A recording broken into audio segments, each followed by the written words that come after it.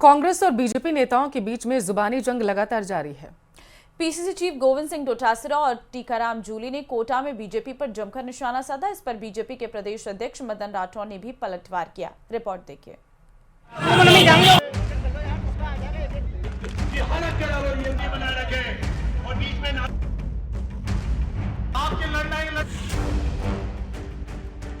कांग्रेस का हमला, डोटासरा का वार। बीजेपी प्रदेशाध्यक्ष ने किया पलटवार। अंतरकलह पर जंग, सियासत जोरदार। बीजेपी के राष्ट्रीय अध्यक्ष जेपी नड्डा के शनिवार को जयपुर दौरे के बाद से प्रदेश की सियासत गर्मा गई है। नड्डा के कार्यकर्ताओं को नसीहत पर कांग्रेस ने तंज कसा और इसके कई मायने निकाले गए। कोटा में शनिवार को कांग्रेस की ओर से संविधान बचाओ रैली का आयोजन हुआ था, जिसमें प्रदेश कांग्रेस अध्यक्ष गोविंद सिंह डोटासरा और विधानसभा में नेता प्रतिपक्ष टीकाराम जूली सहित कांग्रेसी कई वरिष्ठ नेता मौजूद रहे। इस दौरान बीजेपी पर पीसीसी चीफ गोविंद सिंह डोटासरा और नेता प्रतिपक्ष टीकाराम जूली ने जमकर निशाना साधा और कहा कि बीजेपी में अंतरकलह चल रही है और एक भी मंत्री ढंग से काम नहीं कर सकता। यहाँ का राजस्थान का जो डबल इंजन की सरकार अपने आप को बताते हैं, उस डबल इंजन में से एक राजस्थान का जो इंजन है, उसके कैबिनेट मंत्री ये कह रहा है कि पूरे देश में ही ये नकली खाद बना करके और किसानों को ठगा जा रहा है। इससे ज्यादा तो कोई शर्म की बात इनके लिए हो नहीं सकती। और वो भी कहां, जहां इनका भारत सरकार में मंत्री है, उसकी नाक के नीचे उसके घर में किशनगढ़ और अजमेर संसदीय क्षेत्र में। देखिए, सरकार की इतनी किरकिरी हो चुकी है पूरे देश के अंदर, जो बदनामी यहाँ के मंत्रियों की, मुख्यमंत्री की हुई है ना, शायद ऐसी कहीं किसी की नहीं होगी। उसको डैमेज कंट्रोल करने के लिए हो सकता है पर्ची भी बदल जाए। नड्डा साहब यहाँ पे आए हैं, वो इनके काम की समीक्षा करने के लिए यहीं पे आए हैं। अभी गुजरात में डांट पड़ी थी, आप सबको पता होगा। यानी यहाँ इनको धमकाते सब चीजें जनता के बीच में चली जाती। गुजरात बुलाकर इनको वहां पे इनकी क्लास ली गई है, इनसे पूछा गया, इनकी परफॉर्मेंस पूछी गई है। प्रदेशाध्यक्ष मदन राठौर ने कांग्रेस पर पलटवार किया और कहा कि बीजेपी में कोई अंतरकलह नहीं है, कांग्रेस पहले अपना घर संभाले। साथ ही कहा कि कांग्रेस में अंतरकलह जग जाहिर है। अपना अंतरकलह संभाल ले, हमारे यहाँ कोई अंतरकलह नहीं है। वो पता नहीं कहाँ से कोई विषय लाते हैं, कोई विषय जो है ही नहीं, और फालतू की बातें करते हैं। हमारे यहाँ अंतरकलह ढूंढ रहे हैं, अपना घर तो संभाल लो कि आपस में एक दूसरे को लड़ रहे हो। टीकाराम जूली जी को नीचा दिखाना चाहते हैं और अपने डोटासरा जी, और डोटासरा जी को नीचा दिखाना चाहते हैं जूली साहब। अब डोटासरा जी सदन में कैसी अमर्यादित उन्होंने व्यवहार की, कोई मध्यस्थता नहीं है, न मैंने कोई ऐसा कोई सुझाव दिया है, न मैंने कोई पंचायती की है। दूसरी बात है, हमारे नेतृत्व ने बहुत क्लियर किया कि हमें किसी की मध्यस्थता स्वीकार नहीं है, और न किसी ने हमें ऐसा कहा। पाकिस्तान के सैन्य अधिकारी ने सफ़ेद झंडा लहरा करके माफ़ी मांगी, गिड़गिड़ा करके क्षमा मांगी, हमारे सेनाधिकारी से चर्चा की। कांग्रेस बीजेपी में सियासी बयानबाजी जारी है। देखना होगा कि अंतरकलह पर जारी इस जंग में आगे क्या क्या और होता है। Bureau report, news 18। और अब कोटा से बड़ी खबर है, जेईई एडवांस्ड का रिजल्ट आज आने जा रहा है। देखिए, आज का दिन बेहद ही महत्वपूर्ण है। एक बार फिर से कोटा से देश के सर्वश्रेष्ठ परिणाम संभावित सुबह 10 बजे के आसपास जारी किए जाएंगे। जानकारी यह है कि आईआईटी कानपुर की ओर से रिकॉर्डेड रिस्पांस जो है वो किए गए और प्रोविजनल आंसर की मिलान के आधार पर कोटा से एक बार फिर से देश के बेहतर परिणाम संभावित हैं कि निकल कर आ सकते हैं। टॉप 10, टॉप 100 में बड़ी संख्या में कोटा के स्टूडेंट्स होंगे, इस बात की जाहिर तौर पर उम्मीद लगाई जा रही है। कोटा जो एक कोचिंग हब है, जहां पर आईआईटी, जेईई एडवांस्ड, इन सब की परीक्षाएं जो हैं उसकी तैयारी कराई जाती है। यहाँ पर दूर दूर से स्टूडेंट्स आते हैं, सिर्फ देश नहीं बल्कि विदेशों से भी यहाँ पर स्टूडेंट्स पढ़ाई के लिए आते हैं, यहाँ पर कोचिंग्स करते हैं। ऐसे में कोटा बहुत महत्वपूर्ण हो जाता है, शिक्षा नगरी के नाम से कोटा जाना जाता है।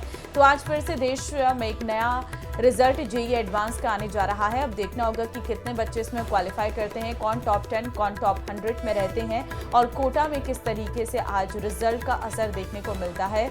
जाहिर तौर पर पूरी तैयारियां पहले से ही प्रशासन ने कर रखी हैं। जेईई का ये रिजल्ट है, एडवांस का ये रिजल्ट है, प्री का पहले रिजल्ट आ चुका है और ऐसे में जेईई एडवांस का रिजल्ट आज जारी होने जा रहा है। 10 बजे बताया जा रहा है कि ये रिजल्ट जारी कर दिया जाएगा।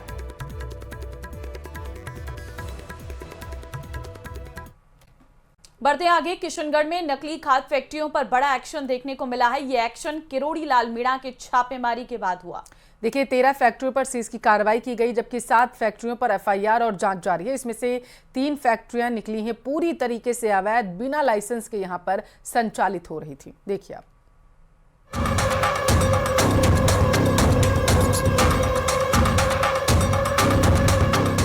किरोड़ी का एक्शन, खौफ में खाद्य माफिया। कृषि विभाग की टूटी नींद, 13 फैक्ट्रियां सीज। खाद की जांच जारी, कईयों पर गाज की तैयारी।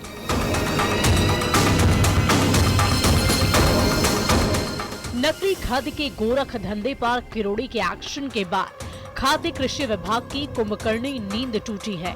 अजमेर के किशनगढ़ और आसपास के इलाकों में नकली खाद्य बनाने वाली 13 फैक्ट्रियां सीज कर दी गई है।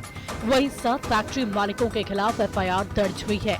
जिन फैक्ट्रियों पर अब तक कार्रवाई की गई है उसमें 3 खाद्य फैक्ट्री बिना लाइसेंस के ही संचालित हो रही थी, जबकि प्रशासन की तरफ से सिर्फ 23 फैक्ट्रियों को ही लाइसेंस मिला है। बाद में देखा गया कि ये फैक्ट्री लगभग 2 साल से यहाँ पे है और लाइसेंस इस जगह का और इस स्थान का नहीं है, जो कि अवरक्त नियंत्रण आदेश 1985 की धारा 8 व 7 का पूर्ण रूप से उल्लंघन है, जिसके तहत आज पूरी फैक्ट्री के अंदर जो सामग्री है उसको पूरा सीज किया जा रहा है। लगभग 50 से 60 टन का लगभग ये माल है, उसको पूरे संपूर्ण रूप से जो फर्टिलाइजर है, यहाँ प्रोम है, सल्फर है, मैग्नीशियम सल्फेट है, जितने भी माइक्रोराइजा है, इनका रॉ मटेरियल जो इनके बढ़ने के लिए आता है उनको संपूर्ण रूप से यहाँ पे सीज किया जा रहा है। किसानों की ओर से लगातार मिल रही शिकायतों के बाद मंत्री किरोड़ी लाल मीणा खाद्य माफिया और उनके अड्डों पर टूट पड़े हैं। उन्होंने अजमेर जिले के किशनगढ़ और आसपास के ग्रामीण इलाकों में चल रही नकली खाद्य बनाने वाली फैक्ट्रियों पर बड़े पैमाने पर छापेमारी की। इस दौरान फैक्ट्रियों में लाखों टन नकली खाद को जब्त किया गया है। फैक्ट्रियों में रेड के दौरान कृषि मंत्री ने अधिकारियों से भी सवाल जवाब करते हुए कई तरह के दिशा निर्देश दिए थे। इस कार्रवाई से तो हम संतुष्ट हैं, लेकिन इससे इतना नुकसान हो रहा है खेतों को कि हमारा जो बह के बाहर पानी जाता है ना, वो भी पानी मतलब पशु तक नहीं पी सकते उनको, इतना वो गंदा पानी हो गया। एक तो फसल कमजोर हो रही है और किसानों के लिए जो जमीन बरसात बरसे तो देखो पानी बैठ जा रही है, दूसरा के मान भी जा रही है तो वो भी खराब हो रही है। इससे खेती की उर्वरा शक्ति पूर्णतः खत्म होने के आसार होते हैं और जो उत्पन्न होते हैं अनाज कुछ भी है तो उसको जो हम खाते हैं उससे कैंसर बढ़ने के बेहद ही आसार होते हैं, तो ये बहुत ही हानिकारक है। बताया जा रहा है कि इन फैक्ट्रियों में मार्बल के चूरे और मिट्टी के साथ साथ अलग तरीके से कलर मिलाकर खाद की तैयारी की जा रही थी, जिसे न सिर्फ अजमेर बल्कि राजस्थान और राजस्थान के बाहर भी सप्लाई किया जा रहा था। ब्रांडेड कंपनियों का टैग लगाकर इनकी सप्लाई लगातार की जा रही थी। दरअसल जिन फैक्ट्रियों पर कार्रवाई की गई है उनमें से ज्यादातर पिछले 3-4 सालों में स्थापित हुए हैं। कृषि विभाग की लगातार कार्रवाई से नकली खाद फैक्ट्री संचालकों में हड़कंप मचा हुआ है और आने वाले दिनों में कई और फैक्ट्रियों पर गाज गिरना तय माना जा रहा है। कृषि मंत्री किरोड़ी लाल मीणा एक्शन मोड में हैं। अलग अलग स्थानों पर नकली खाद को लेकर कार्रवाई की जा रही है। किशनगढ़ उपखंड में अब तक 13 फैक्ट्रियों को सीज किया गया है, तो वहीं 7 के खिलाफ मुकदमे दर्ज करने के आदेश दिए हैं। इनके खिलाफ मुकदमे भी दर्ज हो गए हैं। इसके अलावा 23 फैक्ट्रियों के खिलाफ जांच जारी है, जिनके खिलाफ भी इस मामले में कार्रवाई की जा सकती है। वहीं लाखों टन नकली खाद है उसे जब्त करने की कार्रवाई भी की जा रही है। इस तरह से अजमेर के साथ साथ अलग अलग क्षेत्रों में इस तरह की कार्रवाई लगातार जारी है और किरोड़ी लाल मीणा के निर्देश पर कृषि विभाग इस मामले में एक्शन मोड पर है। इस मामले में कृषि विभाग के साथ ही अन्य अधिकारी भी जांच में जुटे हैं, जिससे कि नकली खाद बनाने वाले अन्य लोगों पर कार्रवाई की जा सके और ये गोरख धंधा कब से चल रहा है इसको लेकर भी जांच की जा रही है। इसके कौन कौन इसमें लिप्त हैं और कितने बड़े अधिकारी इसमें शामिल हैं, इसके खिलाफ भी मामले की जांच की जाएगी। कैमरा पर्सन कौशल सेन के साथ अशोक सिंह, न्यूज़ 18 अजमेर। और आइए अब आपको ग्राफिक्स के जरिए समझाते हैं कि किरोड़ीलाल मीणा की एक्शन के बाद किन किन फैक्ट्रियों पर सीज करने की कार्रवाई की गई है। पहला है tropical agro system India private limited, दूसरा है अतिशय बायोटेक इंडस्ट्रीज। ये 13 फैक्ट्रियां हैं, उनके नाम आपको बता रहे हैं। राघव एग्रो इंडस्ट्रीज, ये 3 बड़ी फैक्ट्रियां हैं जहां पर ये एक्शन लिया गया है। देखिए, सियासी गलियारों में हड़कंप मचा है। श्री गोवर्धन एग्रो पर भी कार्रवाई की गई है। जो जानकारी निकलकर सामने आ पा रही है वो ये है कि दिव्या एग्रोफर्ट इंडस्ट्री इन 13 फैक्ट्रियों में शामिल है जिन्हें सीज किया गया है प्रशासन की तरफ से। दूसरी तरफ श्री एग्रो कंपनी भी इसमें शामिल है। बताया जा रहा था कि किरोड़ीलाल मीणा के एक्शन के बाद से लगातार ये ताबड़तोड़ कार्रवाई की जा रही है। Mangaldeep bio fertilisers and chemical LLP पर भी सीज की कार्रवाई की गई है और इसमें ग्रीन एग्रो इंडस्ट्रीज कंपनी भी शामिल है। देखिए, 13 फैक्ट्रियां हैं जिन्हें सीज किया गया है, जिसमें Shambhu bio fertiliser private limited company भी शामिल है। ये फैक्ट्रियां जहां पर अवैध तरीके से खाद बनाई जाती थी। राधिका एग्रो इंडस्ट्रीज, ये खाद जो किसानों को बेचते थे वो पूरी तरीके से खराब थी। भूमि एग्रो बिना लाइसेंस की फैक्ट्री थी जो संचालित की जा रही थी। कमला नव भारत एग्रो, ये भी बिना लाइसेंस के संचालित हो रही थी। सनशाइन खाद तेल, ये भी बिना लाइसेंस के संचालित की जा रही थी। और अब कोटा से बड़ी खबर है, जेईई एडवांस्ड का रिजल्ट आज आने जा रहा है। देखिए, आज का दिन बेहद ही महत्वपूर्ण है। एक बार फिर से कोटा से देश के सर्वश्रेष्ठ परिणाम संभावित सुबह 10 बजे के आसपास जारी किए जाएंगे। जानकारी ये है कि IIT कानपुर की ओर से रिकॉर्डेड रिस्पांस जो है वो किए गए और प्रोविजनल आंसर की मिलान के आधार पर कोटा से एक बार फिर से देश के बेहतर परिणाम संभावित हैं कि निकल कर आ सकते हैं। टॉप 10, टॉप 100 में बड़ी संख्या में कोटा के स्टूडेंट्स होंगे, इस बात की जाहिर तौर पर उम्मीद लगाई जा रही है। कोटा जो एक कोचिंग हब है जहां पर IIT, JEE एडवांस्ड इन सब की परीक्षाएं जो हैं उसकी तैयारी कराई जाती है। यहाँ पर दूर दूर से स्टूडेंट्स आते हैं, सिर्फ देश नहीं बल्कि विदेशों से भी यहाँ पर स्टूडेंट्स पढ़ाई के लिए आते हैं, यहाँ पर कोचिंग्स करते हैं। ऐसे में कोटा बहुत महत्वपूर्ण हो जाता है। शिक्षा नगरी के नाम से कोटा जाना जाता है। तो आज फिर से देश में एक नया रिजल्ट जेईई एडवांस का आने जा रहा है। अब देखना होगा कि कितने बच्चे इसमें क्वालिफाई करते हैं, कौन टॉप 10, कौन टॉप 100 में रहते हैं और कोटा में किस तरीके से आज रिजल्ट का असर देखने को मिलता है। जाहिर तौर पर पूरी तैयारियां पहले से ही प्रशासन ने कर रखी हैं। जेईई का ये रिजल्ट है, एडवांस का ये रिजल्ट है, प्री का पहले रिजल्ट आ चुका है और ऐसे में जेईई एडवांस का रिजल्ट आज जारी होने जा रहा है। 10 बजे बताया जा रहा है कि ये रिजल्ट जारी कर दिया जाएगा। बीकानेर से बड़ी खबर है जहां पर हाईवे पर दौड़ रहे ट्रेलर में भीषण आग लग गई। देर रात ट्रेलर पलटने से ये आग लगी है। करीब 3 घंटे लगा हाईवे पर जाम। सूचना के बाद काफी देर बाद पहुंची है छतरगढ़ पुलिस। दमकल गाड़ी देरी से पहुंचने का आरोप है। ग्रामीणों ने अपने स्तर पर टैंकरों से आग पर काबू पाया है। देखिए, बताया जा रहा है कि छतरगढ़ के मोतीगढ़ के पास से ये घटना घटित हुई है। हालांकि ट्रेलर में सवार ड्राइवर और खलासी पूरी तरीके से सुरक्षित हैं। आग किन कारणों से लगी थी, क्या वजह वहां पर रही होगी, इसकी जांच पुलिस कर रही है। जैसे ही अपडेट आएगा आप तक पहुंचाएंगे। फिलहाल के लिए बता चलें, बीकानेर के छतरगढ़ में भीषण हादसा देखने को मिला हुआ है। दमकल की गाड़ी देर से पहुंचने का आरोप जो है वो स्थानीय लोगों की तरफ से लगाया गया है। हाईवे पर दौड़ रहे ट्रेलर में भीषण आग लग गई थी जिसकी वजह से कुछ देर के लिए यातायात भी बाधित हुआ था। तस्वीरें आपके टेलीविजन स्क्रीन पर, तस्वीरें देखकर आप अंदाजा लगा सकते हैं कि हादसा कितना विभत्स रहा होगा। ट्रेलर पूरी तरीके से जलकर खाक हो चुका है।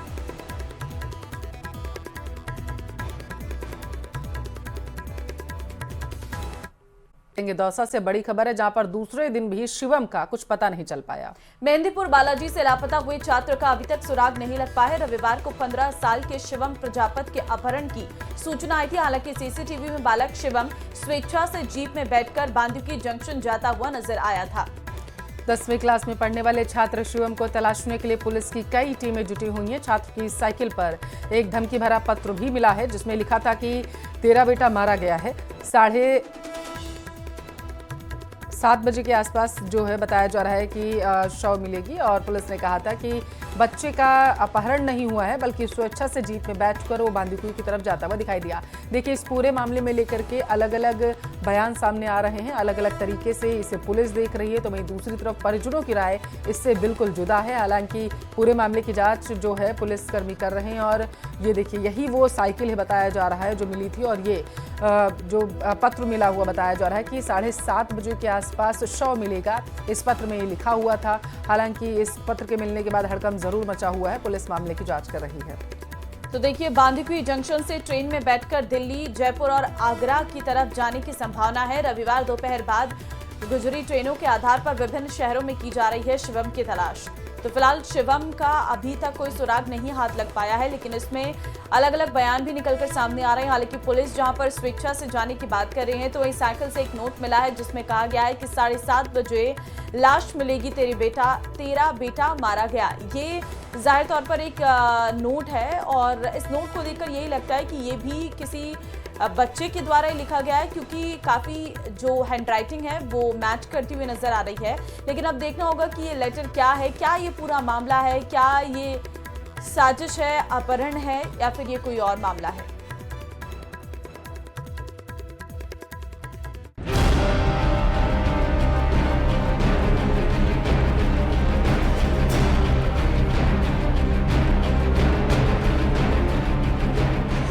मौत की धमकी वाला लेटर, 100 से ज्यादा सीसीटीवी की तलाश,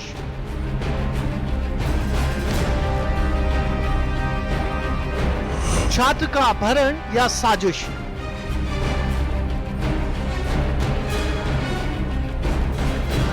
एक छात्र जो अपने पिता को खाने का टिफिन देकर घर आ रहा था, अचानक बीच रास्ते से गायब हो गया। लेकिन उसकी साइकिल उदयपुरपुरा रोड पर एक निजी स्कूल के पास मिली, जिस पर मौत की धमकी वाला लेटर टंगा हुआ था।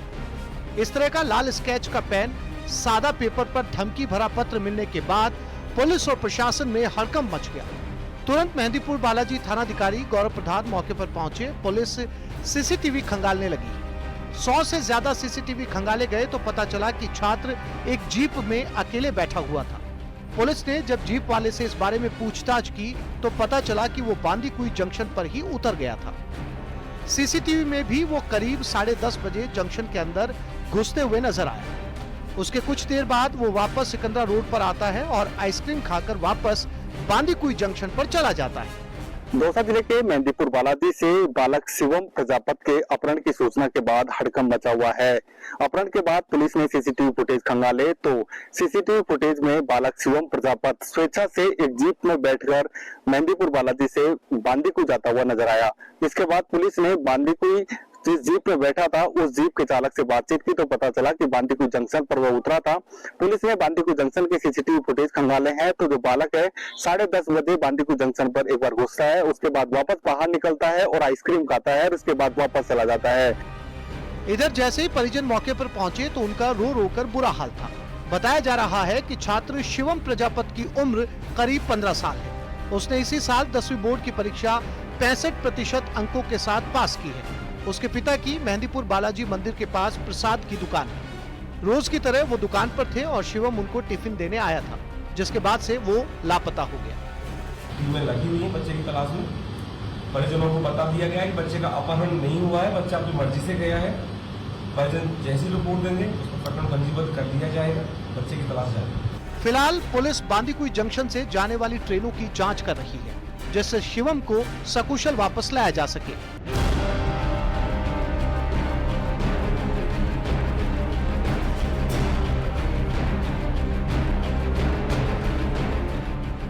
फिलहाल पुलिस जो सुबह 10:30 बजे बाद जो ट्रेनें बांदीकुई जंक्शन से निकली हैं उन ट्रेनों को भी चेक किया जा रहा है। वो ट्रेनें जहां पर भी गई हैं वहां पर भी संबंधित जीआरपी और आरपीएफ को सूचना देकर ट्रेनों की भी जांच कराई जा रही है। आशीष शर्मा, न्यूज 18, बांदीकुई, दौसा।